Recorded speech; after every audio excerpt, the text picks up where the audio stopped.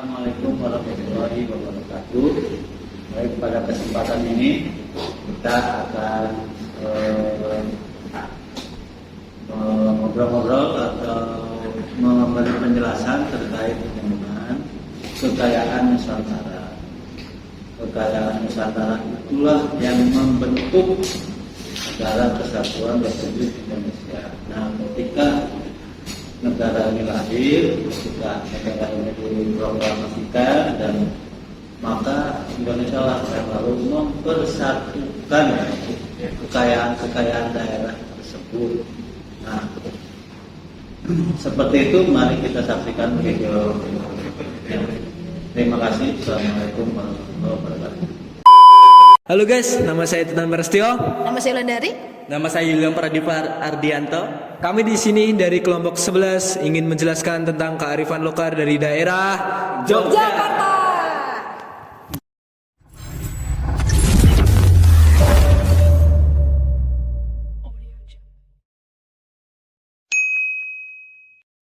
Oke, jadi gini. Keraton Ngayogyakarta atau Keraton Yogyakarta merupakan istana resmi Kesultanan Keraton. Keraton ini didirikan oleh Sultan Hamengkubuwono pertama pada tahun 1755 dengan total luas sekitar 144 hektar, yaitu seluruh area benteng Baluwardi. Jadi, asal-usul Keraton Yogyakarta dimulai dari perjanjian Kianti dan terbelahnya tanah Jawa menjadi dua. Hal ini merupakan peristiwa besar pada masa saat itu. Yang pertama ialah perjanjian Kianti pada 13 Februari 1755. Hal ini menjadi kesepakatan segitiga politik oleh para tiga tokoh, yakni Pakubuwono III, Pangeran Mangkubumi, dan Jenderal VOC. Lalu nama Kianti atau Gianti berasal dari nama tempat yang diambil sebagai lokasi kejadian tersebut, yang sekarang menjadi Dusun Kerten, Jatiharjo, Karanganyar, Jawa Tengah. Perjanjian ini dibuat karena untuk meredam api masalah pecinan pada masa waktu itu. Mangkubuwono yang menolong Pakubuwono III mendapatkan hadiah sebuah wilayah, namun luas wilayah yang diberikan menimbulkan kecemburuan. Salah seorang pangeran mengeluhkan kejadian tersebut ke Gubernur Jenderal Baron Van. Sang gubernur membuat keputusan sehingga tanah tersebut tidak jadi diserahkan ke Mangkubuwono. Singkat cerita, pada malamnya terjadi peperangan antara Belanda dan Jawa. Banyak darah yang tumpah. Lalu Gubernur VOC di tanah Jawa Utara mengambil keputusan, yaitu melakukan perundingan dengan Mangkubumi. Singkat cerita, Mangkubuwono mendapatkan wilayah pada 4 November 1754. Hal ini disetujui oleh Pakubuwono III. Lalu kesepakatan ini mendorong ke perjanjian besar, yaitu perjanjian Kianti.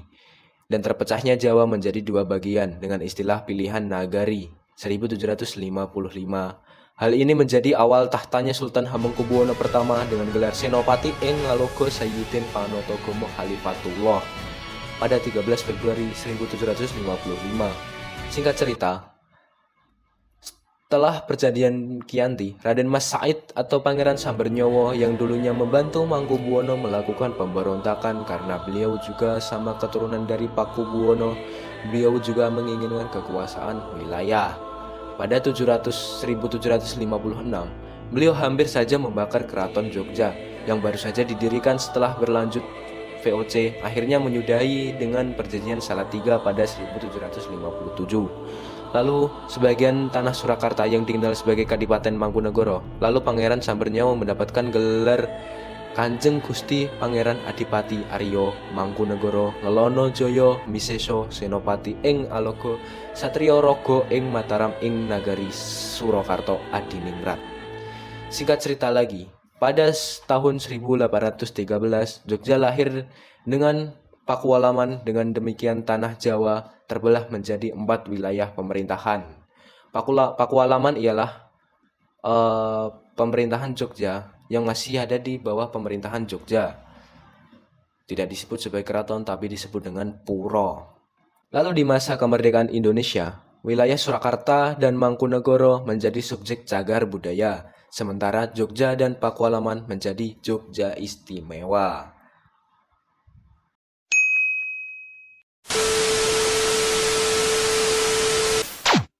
Jogja terkenal dengan kekayaan kuliner yang rasanya lezat dan bergizi seperti bakpia, wedang ronde, dan gudeg. A few moments later. Yogyakarta dikenal tidak hanya karena kekayaan budaya dan sejarahnya, tetapi juga karena kuliner khasnya yang lezat dan beragam, salah satunya gudeg. Gudeg adalah ikon kuliner Jogja yang terbuat dari nangka muda yang dimasak dengan santan dan berbagai rempah. Gudeg memiliki rasa manis yang khas dan biasanya disajikan dengan krecek, kulit sapi yang dimasak pedas, telur, ayam, dan tahu atau tempe.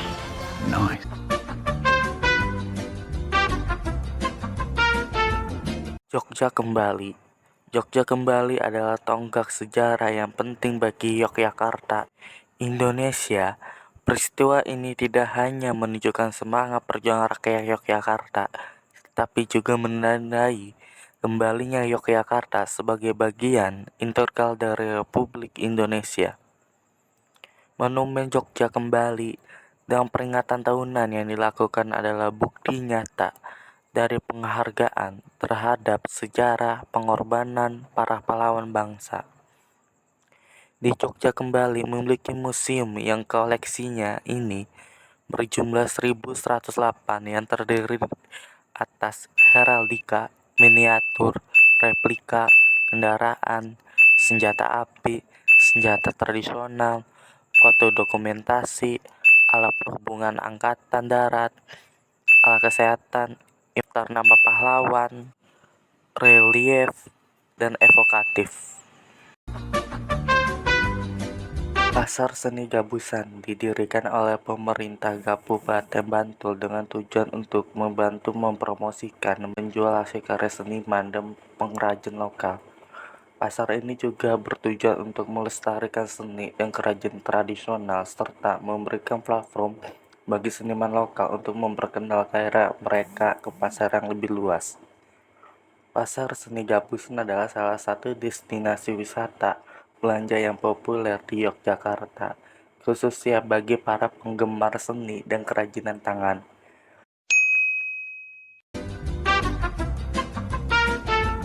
Salah satu kesenian Yogyakarta yaitu Wayang Wong. Wayang Wong diciptakan oleh Sri Susuhunan Hamengkurat I pada tahun 1731 di Kerajaan Mataram. Wayang Wong awalnya digunakan sebagai sarana legitimasi kekuasaan dan media pendidikan moral.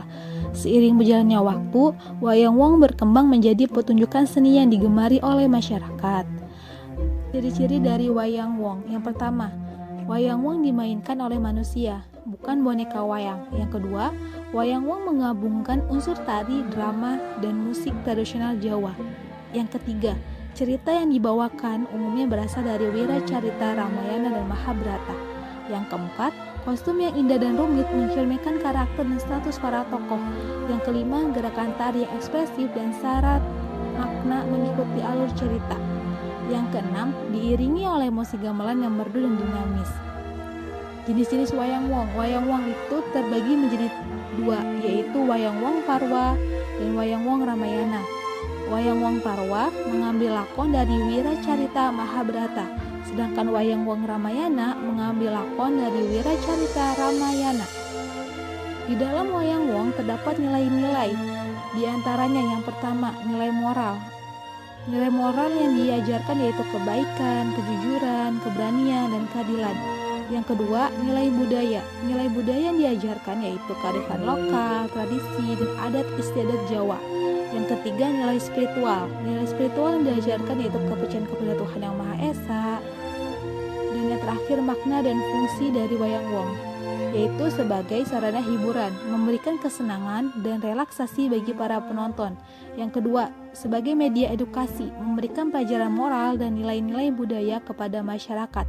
Yang ketiga, sebagai spiritualitas, yaitu meningkatkan rasa devosi dan keimanan kepada Tuhan Yang Maha Esa.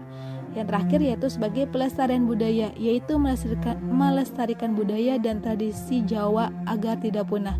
Nah, karena sudah dijelaskan bahwa Wayang Wong merupakan kesenian Jogja yang begitu indah dan penuh makna, maka Wayang Wong merupakan kesenian tradisional Jawa yang kaya akan budaya, moral, dan spiritualnya. Pertunjukan ini tidak hanya menghibur, tetapi juga memberikan edukasi dan makna yang mendalam bagi para penontonnya. Nah, wayang wong harus dilestarikan dan harus dijaga keberadaannya, karena supaya cucu kita nanti bisa melihat keindahan wayang wong. Oke, sekian, terima kasih.